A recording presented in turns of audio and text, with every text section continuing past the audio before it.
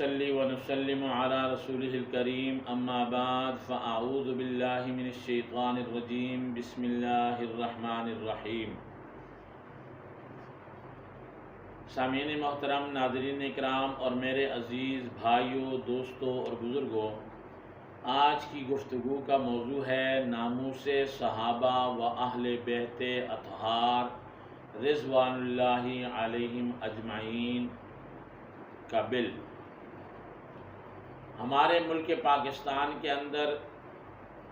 تقریباً 76 سال پورے ہو گئے ہیں۔ ان 76 سالوں کے اندر کئی مرتبہ فرقہ واریت، انتہا پسندی، دہشت گردی ملک کے اندر عروج پر رہی، اور یہ فرقہ پرستی، انتہا پسندی اور دہشت گردی اس وجہ سے ہوئی کہ کچھ لوگ مقدس شخصیات صحابہ اکرام رضوان اللہ علیہم اجمعین کی سرعام توہین کرتے تھے، اپنی کتابوں کے اندر توہینی کلمات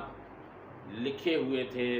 ان کے رسائل اور جرائد یہ اس بات کی غمازی کرتے تھے کہ صحابہ اکرام رضوان اللہ علیہم اجمعین نعوذ باللہ مسلمان نہیں ہیں،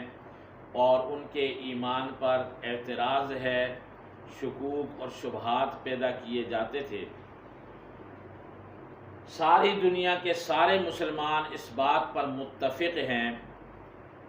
کہ حضرات صحابہ اکرام رضوان اللہ علیہم اجمعین میں سے حضور نبی کریم صلی اللہ علیہ وسلم کے بعد حضرت ابوبکر صدیق رضی اللہ تعالی عنہ کی الف سے لے کر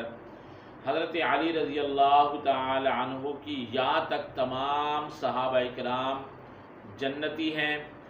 اور حضور نبی کریم صلی اللہ علیہ وسلم کا خود اعلان ہے الصحابۃ کلہم عدول، اصحابی کالنجوم بأیہم اقتدیتم اہتدیتم۔ اللہ کا قرآن کہتا ہے اولئک هم الصادقون اولئک هم المفلحون،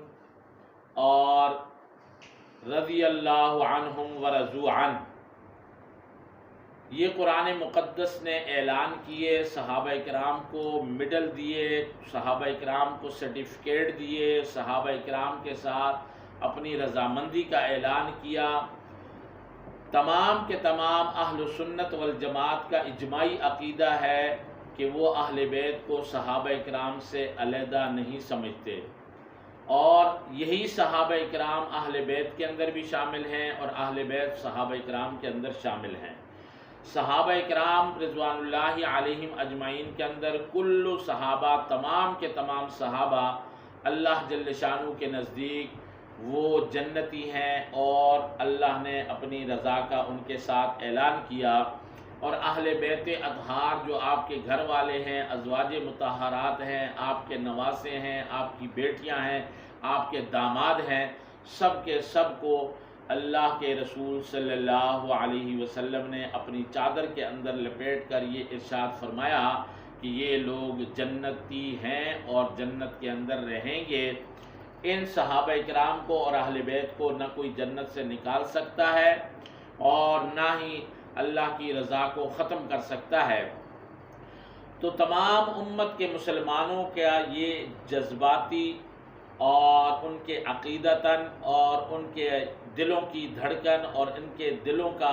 ایک سرور تھا کہ ایسا کوئی قانون بنے، ایسا کوئی نظام آئے جس سے صحابہ اکرام کی توہین بند ہو جائے۔ تو اس کے لیے امت کے علماء اکرام نے مل بیٹھ کر ایک ترمیمی ایکٹ بنایا، بل بنایا، اور اس ترمیمی بل کے اندر یہ بات لکھی کہ جو آدمی صحابہ اکرام کی توہین کرے گا اسے کم از کم 10 سال کی قید کی سزا سنائی جائے گی، اور یہ ناقابل ضمانت ہوگی، اور اس پر جرمانہ بھی عائد کیا جائے گا۔ پہلے یہ ہوتا تھا کہ آئین پاکستان کے اندر یہ قانون پہلے سے موجود ہے، اور وہ موجود یہ ہے کہ وہ 3 سال کی قید تھی اور قابل ضمانت تھی۔ ہوتا یہ تھا کہ جب کوئی آدمی توہین کرتا تھا تو اس پر FIR ہوتی تھی، اسے گرفتار کیا جاتا تھا اور مجسٹریٹ کی عدالت میں لے جا کر اسے حاضر کر کے اس کی ضمانت ہو جاتی تھی، اور پھر وہ باہر آ کر دندناتا پھرتا تھا اور پھر وہ صحابہ کرام کی توہین کرتا تھا۔ اس لیے اس قانون میں تھوڑا سا سکم تھا، تو تمام کے تمام اراکین پارلیمنٹ نے جو قومی اسمبلی کے اندر ہیں اور جو ایوان بالا سینٹ کے اندر ہیں، انہوں نے متفقہ طور پر اس قانون کو، اس بل کو پاس کیا کہ صحابہ کرام کی ملک کے اندر توہین بند ہونی چاہیے، جس سے فرقہ واریت کے اندر بھی کمی آئے گی، دہشت گردی بھی ختم ہوگی اور انتہا پسندی بھی ختم ہو جائے گی۔ تو یہ مسلمانوں کی ایک کاوش ہے، ایک محنت ہے، ایک کوشش ہے، لیکن اب اس بل کے منظور ہونے کے بعد جب آخری مرحلہ اس کے نفاذ کا آیا اور صدر پاکستان اس پر دستخط کریں گے اور یہ قانون اور آئین کا حصہ بن جائے گا اور یہ ملک کے اندر نافذ ہو جائے گا، تو اب ایک خاص طبقہ اس بات کا واویلا کر رہا ہے اور شور کر رہا ہے اور رو رہا ہے اور چلا رہا ہے کہ یہ قانون ہمارے لیے بنایا گیا ہے اور ہمیں پابند کیا جا رہا ہے کہ ہم صحابہ کرام کو مانیں، لیکن اس پورے بل کے اندر کہیں یہ بات نہیں ہے کہ لوگ صحابہ کرام کو مانیں۔ دنیا کے اندر کتنے لوگ ہیں جو خدا کو نہیں مانتے، اسے نہیں کہا جاتا کہ تم خدا کو مانو۔ حضور علیہ السلام کی ختم نبوت کو نہیں مانتے، ہم ان سے نہیں کہتے کہ تم ختم نبوت کے ماننے والے بن جاؤ، آپ صلی اللہ علیہ وسلم کو مان لو۔ کتنے لوگ قرآن کا انکار کرنے والے ہیں، کوئی انہیں نہیں کہتا کہ نہیں تم قرآن کو مان لو۔ ماننے کی بات تو یہاں ہے ہی نہیں، جو آدمی نہیں مانتا وہ تو نہیں مانتا، لیکن جو اپنے آپ کو مسلمان کہتا ہے، مومن کہتا ہے اور صحابہ اور اہل بیت کا دم بھرتا ہے، اہل بیت سے محبت رکھتا ہے، وہی آدمی اٹھ کر یہ کہتا ہے کہ ہمیں اہل بیت سے محبت تو ہے لیکن ہم صحابہ کرام کو نہیں مانتے، اب ہم یہ قانون پاس نہیں ہونے دیں گے۔ اس کا مطلب یہ ہوا کہ یہ قانون پاس مت کرو اور ہمیں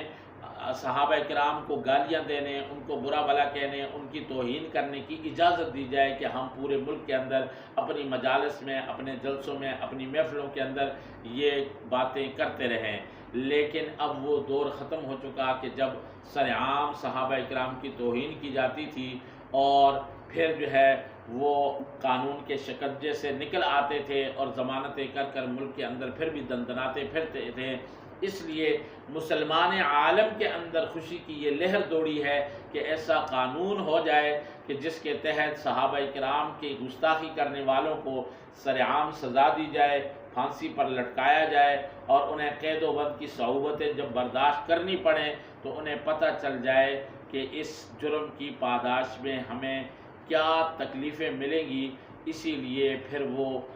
توہین کرنے سے باز آئیں گے۔ تو میرا حکومت سے بھی اور تمام اداروں سے، ایوان بالا سے، صدر پاکستان سے بھی یہ درخواست ہے وہ اس قانون کو پاس کرے اور سائن کر کے اس کو قانون اور آئین کا حصہ بنائے اور اسے ملک کے اندر نافذ کرے تاکہ ملک کے اندر سے انتہا پسندی، دہشت گردی اور فرقہ واریت کی لہر کو ختم کیا جائے اور ملک پاکستان جس بات کے لیے حاصل کیا گیا اس بات کے اوپر لا الہ الا اللہ محمد الرسول اللہ کے قانون کے مطابق آپ علیہ السلام کے صحابہ کی توہین کرنے والوں کو سرعام سزا ملے اور قانون اپنا راستہ لے اور قانون کی چھتری کے نیچے رہتے ہوئے اور اس کے نیچے زندگی گزارتے ہوئے اگر دنیا کے اندر سارے لوگ امن و امان سے رہیں گے تو اس سے بڑی اچھی بات کیا ہوگی کہ ہمارا ملک کے خداداد امن و امان اور سلامتی کا گہوارہ بن جائے۔ اللہ جل شانہ مجھے آپ سب کو صحابہ کرام کے ساتھ حقیقی محبت اور عقیدت نصیب فرمائے۔ وآخر دعوانا ان الحمد للہ رب العالمین۔